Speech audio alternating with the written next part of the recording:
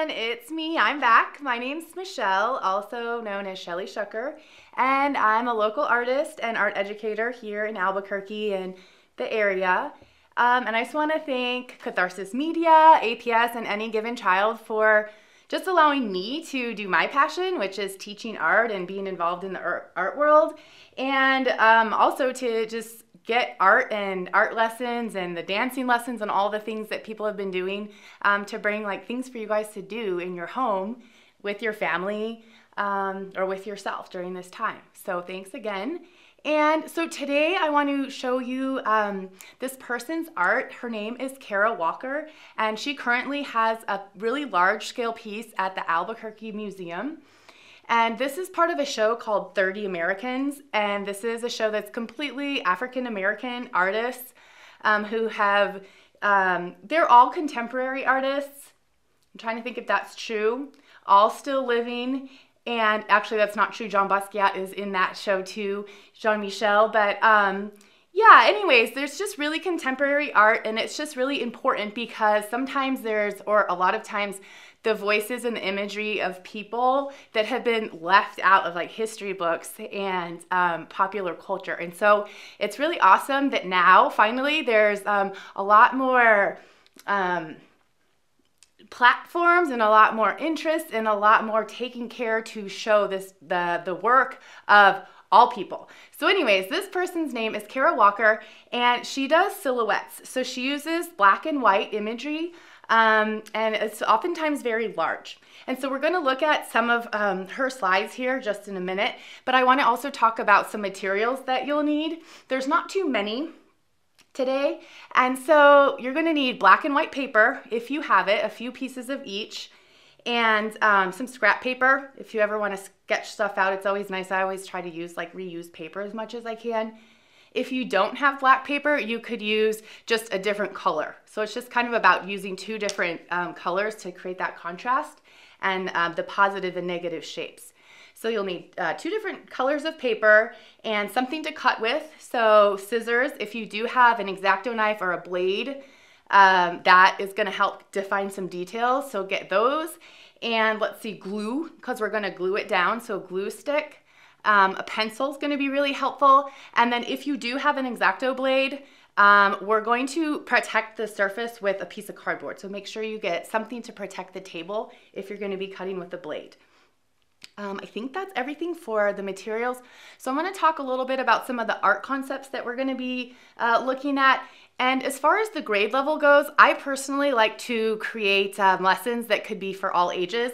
This one, maybe because some of the content might be easier or more accessible for 6th to 8th graders, but I think it's important to talk to everybody about issues with race and gender, identity, and like stereotypes. So we won't go too heavy into that, but that's something that will be maybe more for the older group, and then the X-Acto blade, of course. So you can use scissors, of course. I give children scissors, small children, but that's just me. So just letting you know that grade level. And so some of the art concepts here that we're going to be talking about and looking at are the contour line. So the contour line is the outline of a person, of an object, and that's going to be really important. That's really important in her work because things are silhouetted. And so that's the contour line. We're going to be looking at how do you create movement. A lot of her imagery is has a lot of movement in it. There's something happening, and it's so awesome how she does that because it's just a black flat shape, but creating movement with our line. So we're going to look at that, and we're going to look at ideas of the positive and negative shape. So where I'm standing, this is the positive. What's all around me is called the negative shape. So when we're cutting out our shapes, we're thinking about looking closely, and this helps with drawing, painting, composing. Even dancers will look at the way that their body is. So looking at what's happening in the positive shape and then how to define what's happening in the negative shape. So that's something we'll look at. We're also going to talk a little bit about shape and scale. So Kara Walker will make really large figures, and then maybe something really a smaller figure. And so that, again, just black shapes, but that's going to tell us something's farther away and something's closer, for example, or just the power of creating a piece of art that is on a whole wall. We're going to be working on paper, sheets of paper, but hey, if you can just tape up things on your wall for fun, if your family, your parents, adults will go for that, that could be really cool to just try putting a composition on a wall. So that's kind of has to do with scale. Let's see, and then content. So that's kind of what I talked about a little bit earlier. Content is what is your art about? Sometimes we just make art to like de-stress, and there's not necessarily always a lot of thought behind what is the concept. For her work, of course, that's very important. And it's interesting because when you look at her work, or when I look at her work, it looks very beautiful and lyrical, but when we get up close and look, it's actually really disturbing imagery of slavery and things that happened in the history of the African American lives. And so that content is very important. And when we take time to make art, and when artists make these choices, especially when you get to this level, like having museum shows all over the world, it's so cool to be able to use your art to express what your passion is or speak for a whole group of people. And for us, for our content, maybe it's going to be simple things like a tree or your cat. And that's really up to you. Maybe you can do a silhouette of your face. There's all different options. But anyways, the content is, what is the art about? What's the concept? So we're gonna go ahead and just look at some slides of her work just to give you an idea here, and take time to Google and find out. Maybe you can go to see the show at the museum if it reopens, or go online and look at some of the other pieces of art that are in that show. So this first image is, you can see it's a smaller figure and then holding a baby. And I'm not sure exactly, but it's like a child that's holding a child. So maybe this idea of like the child becoming a mother and having to take care of something at a young age. So, but you can just see again how I was talking about that movement. You can see like how the angle of the shoulder and the neck is kind of exaggerated, and that's to create interest. You know, if it was just like a blob, you wouldn't be able to tell what it is. But with this silhouetted art project, you really kind of exaggerate some of the lines to give the figure some movement and some interest. Okay, so the next image that we're going to look at is this man and woman, and you can see they have some kind of relationship with each other. And you can see the quality of the line is suggesting this movement. And there's a little detail of the fence on the side. So little details of things can set the landscape or where something is happening.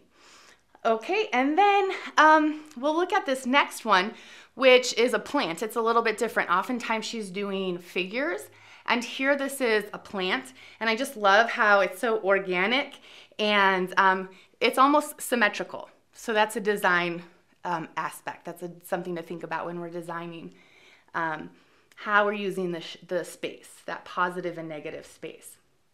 And then we have this next image, which is the white on the black. So it's a flip. And oftentimes we're looking at her work, which is the black on the white. This one is the reverse. And so this is something that you can play with too if you have the two different colors of paper, is just using those on top of each other, or one in the background, one in the foreground. Something to look at here. And then the last one that we're going to look at by her is this big mural going across the wall and turning the corner even. And so that's just something that I think, again, I mentioned is really inspiring to think about as an artist, is you can jump off of the page. You don't always have to think of yourself working on a piece of paper or a canvas. You can move your ideas to a very large scale and just make it like very interactive, immersive. And so then these last two slides that I want to show are examples of some work that some younger artists made, some young children made. And so this first one you can see, it's just a tree, and it's inspired by her work. These are projects that were inspired by her work. And again, they didn't address the content in the same way that she did, but still really interesting how there's the use of the landscape and this the linear, and then some aspects of nature. And this very last slide, again, is another child's piece of art based off of her work.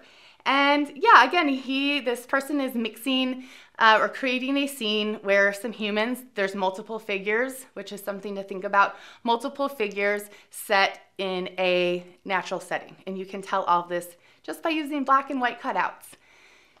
So yeah, hopefully that was interesting and inspiring to you. We're going to get ready to just go make some art. Okay, hey, so let's get into this. So I'm just gonna go over a couple things. If you have your cardboard, you can put that. I was using this yesterday to make the example, so I got some beautiful X-Acto knife lines in there. So we got our cardboard, a couple of different colors of paper, glue stick, scissors, pencil, and then I'm going to show you too, at some point I made this cute little envelope, because whenever I cut out a shape, then like I was talking about the positive negative shapes, those little negative shapes are cute and we can hang on to them in a little envelope. But first I want to show you a couple examples of the ones that I made. And so here's this one, hooray, and a couple things about this. First of all, I was kind of inspired by Keith Haring, one of my favorite street artists from the 80s. He made these really simple figures. So this is different than Kara's style, and he didn't, as far as I know, didn't do very many cutouts. But I was inspired by the way he made his figures. Really simple. So the figures like we saw with Kara's are really elaborate. This is really simple. And yeah, and I just drew them first with the pencil and then cut them out. And then another thing I wanted to point out is this little sign that said hooray. So when you write letters or you cut them out, when I cut out the O or the R or the A, the whole letter comes out. And so it would just be a blank O without this black part in the middle. So that's why I save all my little cuts in my envelope, and then I glued that black back into the O. Hopefully that makes sense. So that's one thing to think about when you're writing, which I think is a fun thing to do. And then these little stars were left over from this, I call her the Hermit, this woman, and it was left over from her dress. And so I wanted to show you some things I learned when I was working on her, and that is, maybe I'll hold this up so you can maybe see this better. It makes really cool shadows. Is that there's pencil lines in here, and that doesn't bother me. But when I did cut out her arm, I didn't like how much I had cut out, and then I cut out her hood, and I thought that it looked kind of strange and not how I wanted it to. And so I just used, I'm not sure if you can see this, but you could maybe see the glue, but I just used another piece of paper to kind of like fill back in my mistake. So that's something you can do too, because like when we cut something, it's like, oh shoot, we can't change it, but actually you can, especially with a little bit of glue stick. So those were just some things that I learned along the way.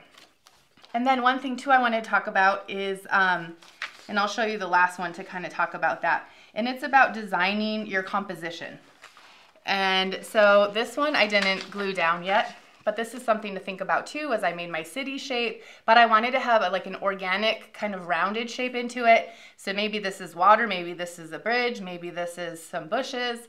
But anyways, so it's one big shape and then cutting out these little shapes inside of it to give it more definition, more detail. But this is what I wanted to show you, is that before you glue it down, you can move it around and see, is this like down here at the bottom of the page? Is it up here?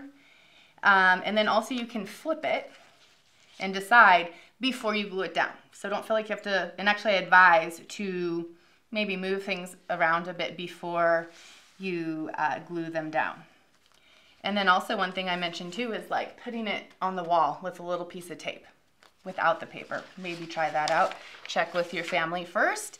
And so let's get started. I'm gonna cut, first I'm gonna make my drawing, and I just have this idea, and I'm gonna do mine right now where I'm gonna switch. All the ones that I made are black on white. So I'm gonna go for white on black for this like live demo. So I'll draw with my pencil first. So I'm gonna do a skate. So I'm going to draw it out first on the white piece of paper. And once you draw out your general shape, it's cool because you can add to it. Like maybe I want to add like a little flag thing just for fun. And then these wheels. And I'm going to go ahead and cut this out. So for people who just only have scissors, you know, I would advise keeping the shape kind of simple. So I'm going to cut this out with scissors, and then I'll go into it with an X-Acto knife, just so you can see a little bit how I do that.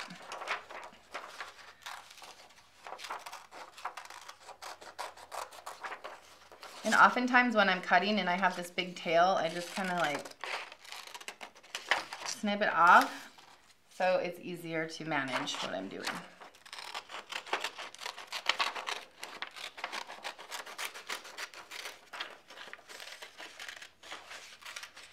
Again, snip that off, so then I'm just holding like the smallest piece of paper that I can. That can relieve some frustration while you're cutting.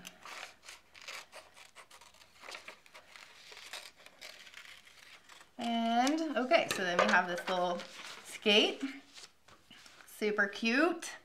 And maybe I would flip it over because then I don't see the that pencil line, but I'll see.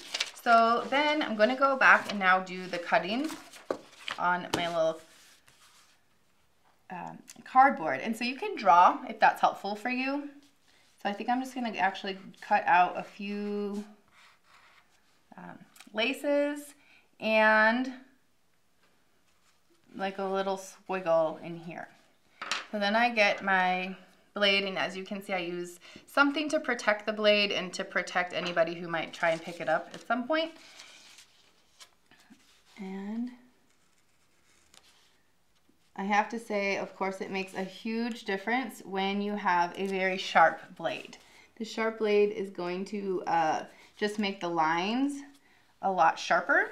Oftentimes when the blade, same thing when you're in the kitchen, I mean, sharpening knives is a really important thing, and maybe not enough people know that, but keeping a sharp knife will also help you from getting hurt because you're like pressing so hard to cut the line and you don't realize it's because your blade is dull. And so this is a fairly sharp blade. So I got those little guys cut out, and then I'm gonna do this little swoosh thing.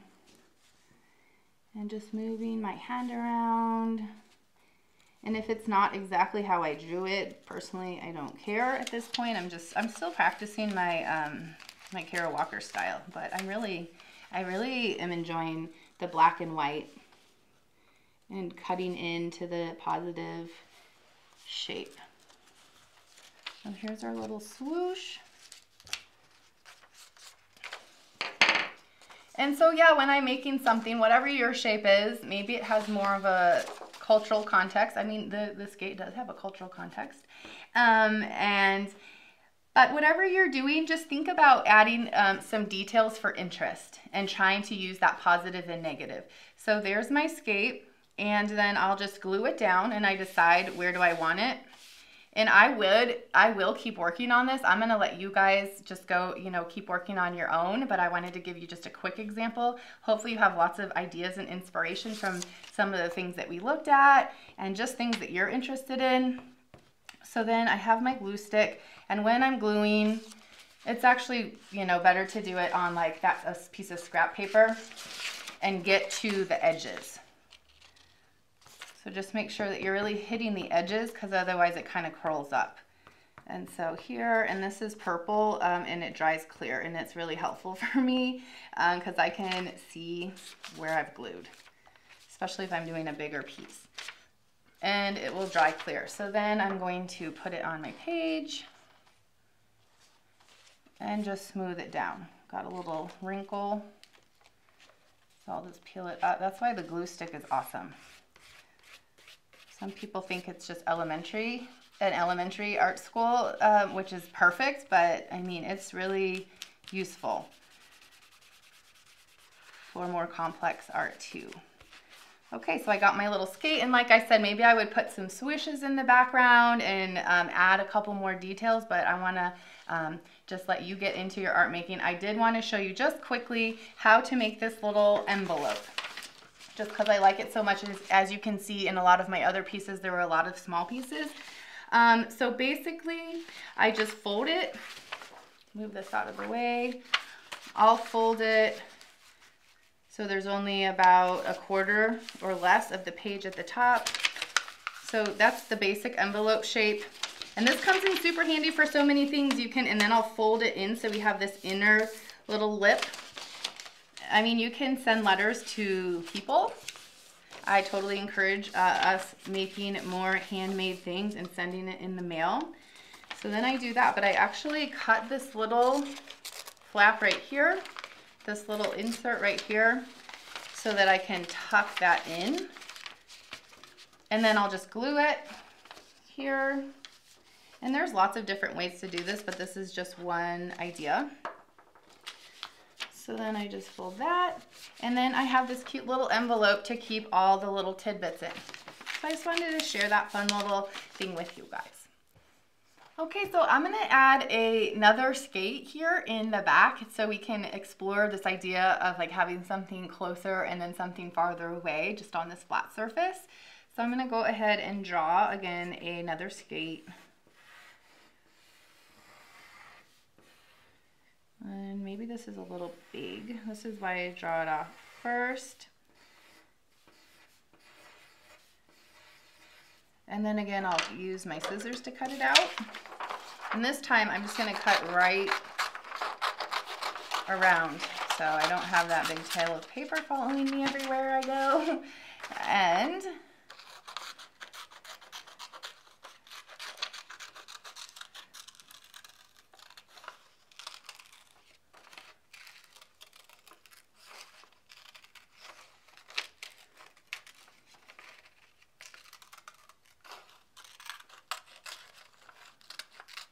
okay, and I did decide to, I drew it, same as when I did this one. I drew them on one side.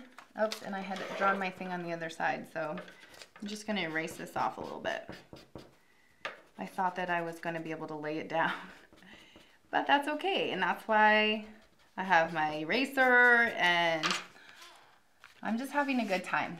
Just not being too hard on myself, and that's one thing I always like to remind art students, that it's just like, don't, try not to get too stressed out. It's just, art is important, but we can always remake it, and that's like one of the cool things about art. So then you can see this guy's smaller, and here I'm playing around with, maybe I'm gonna crop it off the page and I would cut it off. So that's why I haven't quite glued it down yet. And then I do want to take out a little part of it with my X-Acto knife to also give it that, that pattern. Our eye is always looking for something repeating. And so if we do something here, something here, something here cut out, then that helps the eye even move more around our composition. So my cardboard. And this time I'm just going to freehand it. Like I drew my little swoop that time. I'm going to freehand it here. And just kind of cut in here.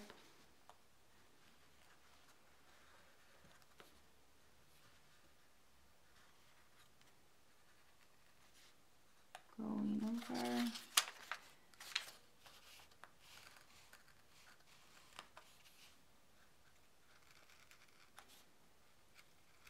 And I was just thinking, I know not everybody has an X-Acto knife, but I'll have to say, as a person who's been living my life as an artist for a long time, it's so helpful to have an X-Acto knife. So, hey, if you're looking for a request for a gift this end of the year season, maybe ask for an X-Acto knife set. They come in really cool sets with all different kinds of blades and everything. So here's this little guy right here. And then I also want to create a little bit more. I'm going to put these, replicate the laces. But I also am thinking about maybe a couple movement lines. And that's actually something that Keith Haring did a lot in his work, is that whenever something was moving, it had like those cartoon lines around it, which is a really great technique. Kara has her own very sophisticated way of creating movement and kind of like that dynamic tension with the way that the figures were. So just think about how in your composition. Are you creating movement? Is yours more of a static piece? And then again, I think I'm going to shape up this edge right here a little bit. So it's cool, we're just always adjusting and changing, giving a little bit more character. Yeah, and then see, I'm going to snip this off. Okay, and see, even just that line right there, it gives it more, a little bit more of a movement. So I like that. So there's that, and then I am going to use, let's see if I can use any of my clippings here that I would have maybe put in my envelope, and then maybe I'll use these to create that movement, that little extra detail. And as you can see, I'm just placing them. I am not gluing them down like I did with this big guy, but these little pieces, I'm kind of just seeing where I want them.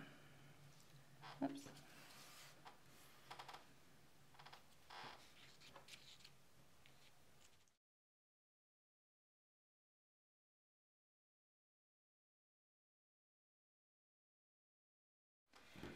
So yeah, I'm happy with that. And then I'm going to go ahead and glue these down.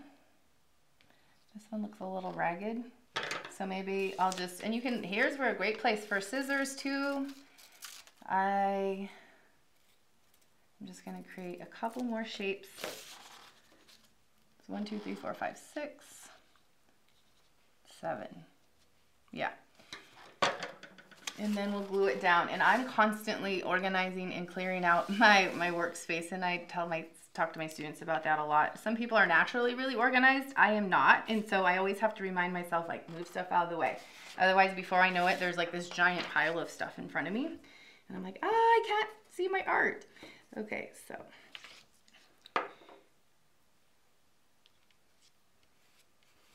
There.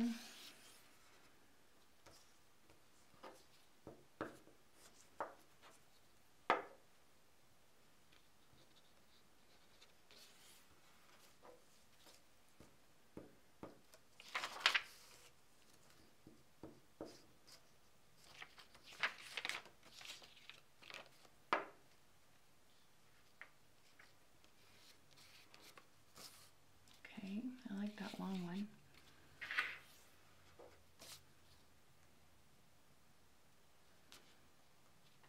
Oop, and I gotta glue this guy down.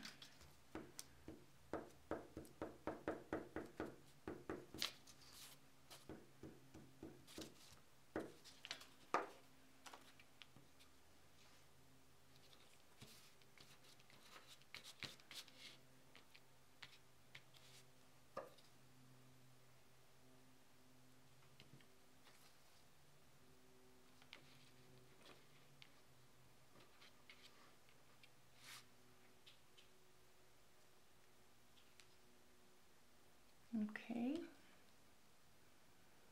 And then I just really want to do this, and this is kind of like, it's not cheating, but it's a little bit kind of what I did here by putting this thing in the back. I really want to have something on the skate. So actually I was thinking of a star, so I'm just going to borrow this. And so then I'm putting the black on the top, so it looks like maybe I would have cut it out, but I didn't, but that's okay, and it's just kind of creating a little bit of a different effect. So this is something, don't feel like when you're making art at any time you have to be stuck to something. I mean, sometimes it's nice to do a challenge, be like, I'm only gonna try using this one material, which is what we're doing. We're just using paper and things to cut it out and glue. But it's fun to be able to like pull from different things and pop them in there. So I just encourage you to continue having fun making your art. And if there's a little mistake that happens or a nudge that you have that you want to try something out, I say go for it. And voila. So thanks for joining me today, and we'll see you. Okay, you guys, that was so awesome. I hope you made some really cool art. I'm really satisfied with the art that I made, and I'm just gonna keep doing this. I'm really inspired by her work and the simplicity and complexity of what we just did. So we learned some new art concepts. We looked at this artist, Kara Walker, who is just phenomenal, I think. And you made a couple pieces of art that hopefully you'll continue to make and share and just be inspired. So I hope you'll have a beautiful day, a beautiful rest of your week, and we'll see you next time. Thanks.